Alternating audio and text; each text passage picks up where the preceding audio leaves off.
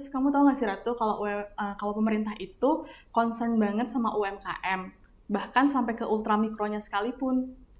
Wah iya ya Kak, aku pernah dengar sih Bu Menteri tuh ngomong, Assalamualaikum warahmatullahi wabarakatuh. Halo sahabat DJOK, kembali lagi bersama kami di Dakocan Series.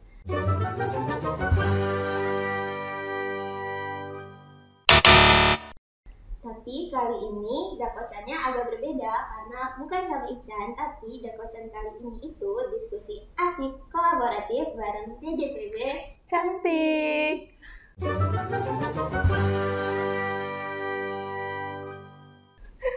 Apa kabar Bapak Ibu semua? Semoga selalu sehat ya. Perkenalkan, nama saya Ratu dan hari ini saya bersama staf bidang PPA 2 Kanwil DJPB Jambi, Tata. Halo! Halo Tata, apa kabar? Halo Ratu, kabar baik. Ratu sendiri apa kabar? Baik juga dong. Tapi ngomong-ngomong kita nggak pakai masker nih Ratu. Aman lah ya? Nggak apa-apa. Insya Allah aman ya, Tak. Ngomong-ngomong soal COVID nih, menurut kamu COVID masih ada apa udah hilang sih, Tak? Kalau dibilang udah hilang sih pasti belum ya, tapi ya semoga aja udah berkurang. Kita juga bisa lihat dari mall-mall yang udah mulai ramai, terus warung UMKM yang juga udah mulai buka dan mulai ramai juga. Kamu tahu dari mana nih warung UMKM udah rame, udah jalan-jalan ya? Iya dong, udah jalan-jalan. Kayak misalnya kalau di Tugu Keris, itu kan malam-malam tuh warung UMKM-nya udah pada mulai buka dan mulai ramai. Padahal dulu katanya waktu COVID lagi tinggi-tingginya nih, jangankan warung UMKM, kafe aja tuh bukanya dibatasin cuma sampai jam 6 sore.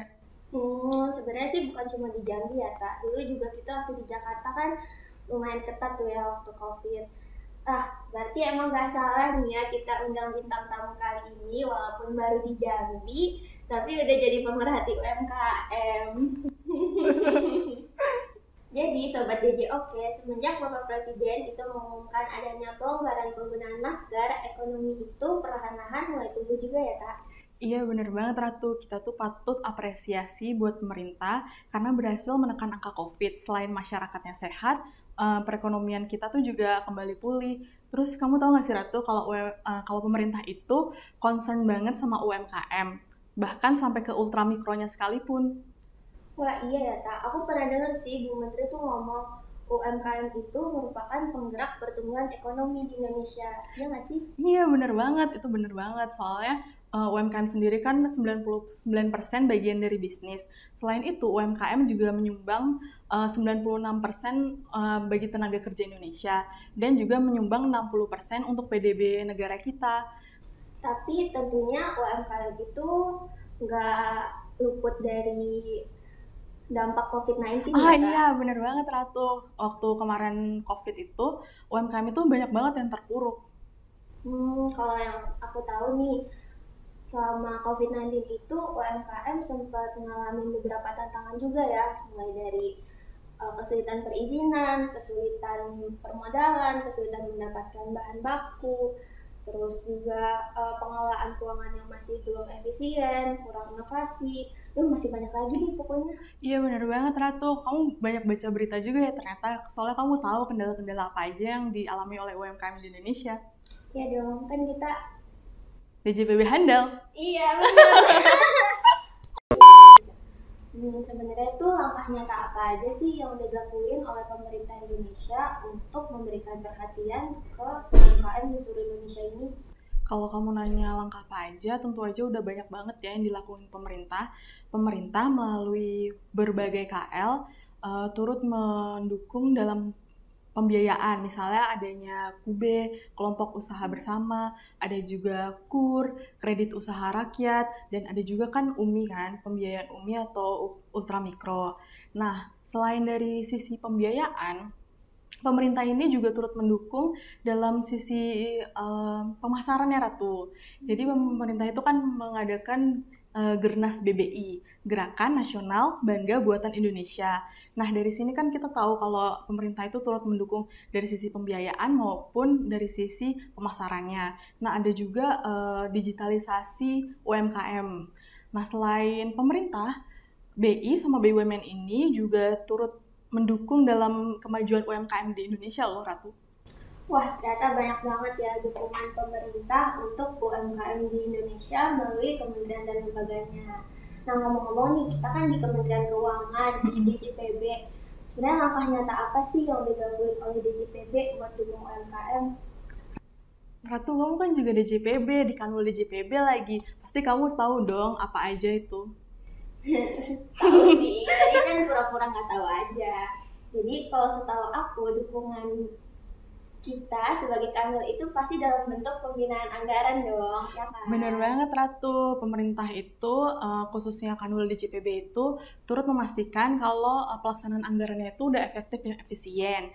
Nah, selain itu juga memastikan kalau kredit program yang udah dicanangkan ini penyalurannya itu tepat sasaran. Nah, kamu tahu nggak sih nama branding pembiayaannya ini namanya Ufine. Kamu udah pernah denger belum tentang Ufine ini?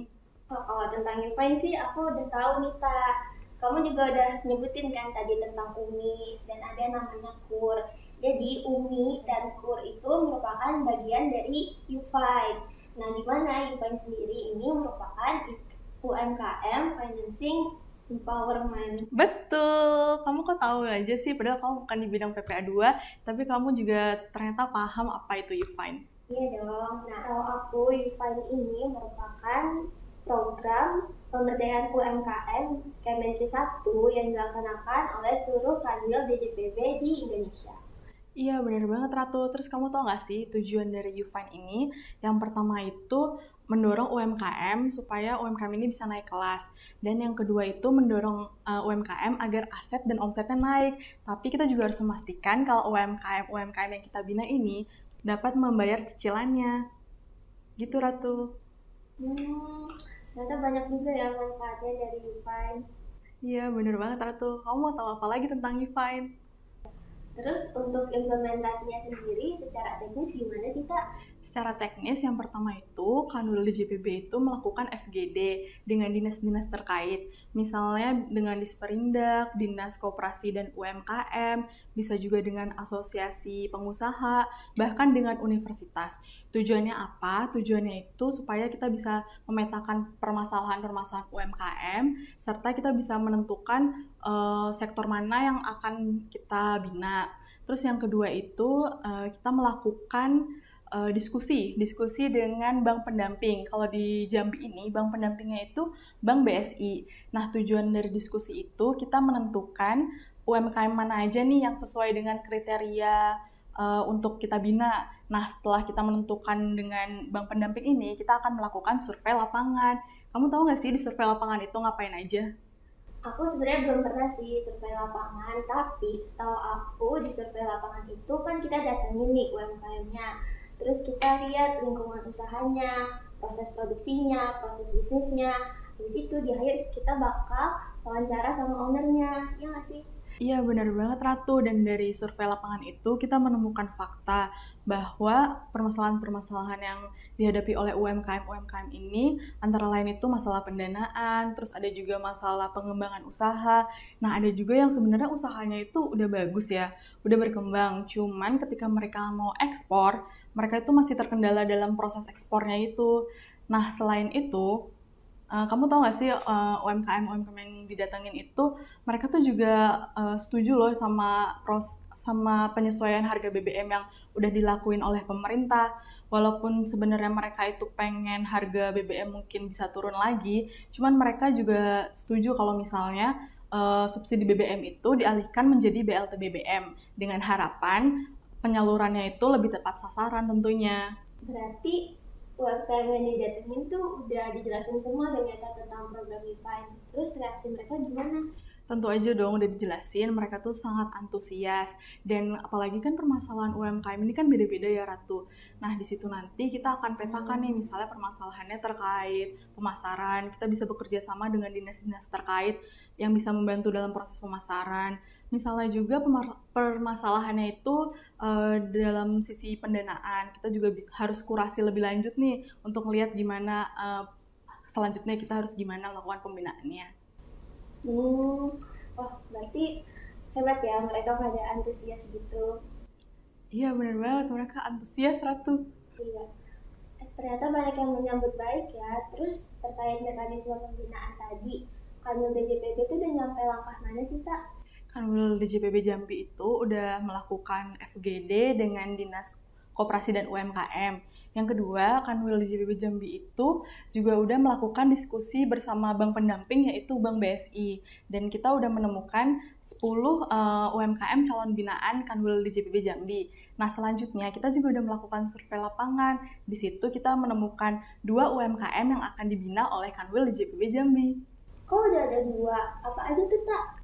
Ya, ada 2 Ratu. Yang pertama itu ada UMKM Abadi. UMKM Abadi ini produk olahan utamanya yaitu olahan nanas. Nah, yang kedua itu ada UMKM yang terkait dengan Lapis legit gak sih? Oh iya, betul. Kok kamu ingat aja sih? Betul. Yang kedua itu lapis legit.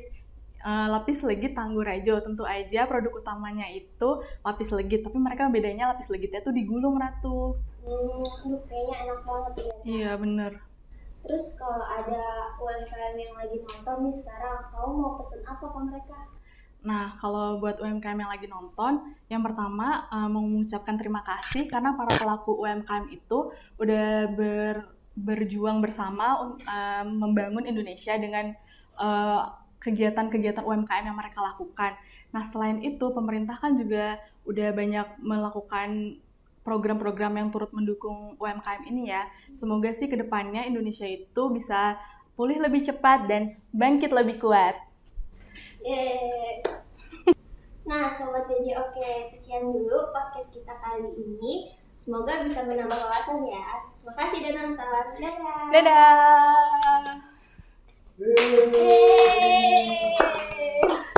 Kata kameramennya akhirnya selesai.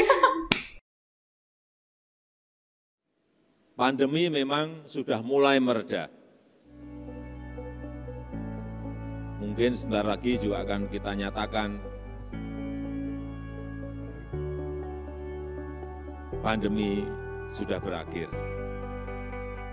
Tetapi yang kita lihat ini dunia, pemulihan ekonomi pasca pandemi memang belum pada kembali normal, tetapi justru semakin tidak baik. Kenapa tidak seperti yang di depan tadi? Ada pembinaan warung-warung, sehingga penataan barangnya baik, packaging dari produk-produk yang ada juga didampingi. Ini yang kita harapkan. Sentuhan-sentuhan seperti itu yang kita harapkan. Dan marketnya, kalau bisa pasarnya tidak hanya pasar lokal, tidak hanya pasar domestik, tapi bisa dibawa untuk pasar ekspor. Ini yang kita harapkan.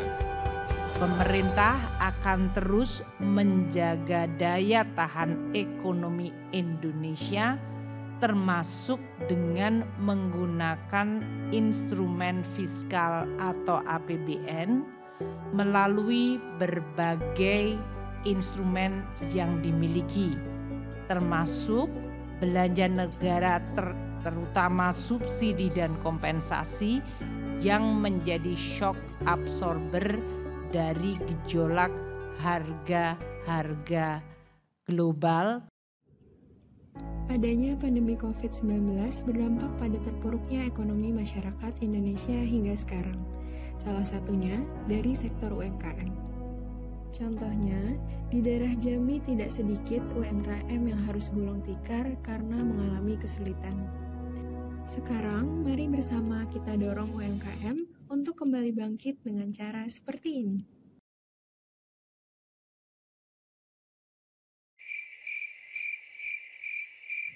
Atau seperti ini.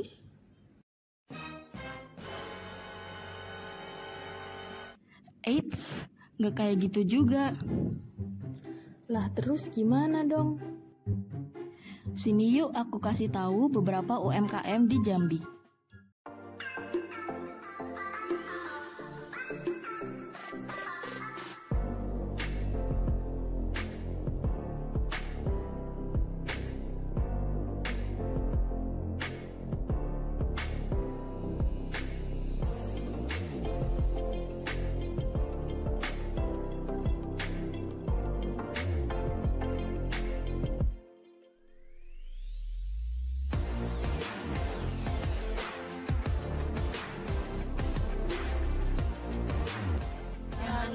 check out ya produk UMKM-nya.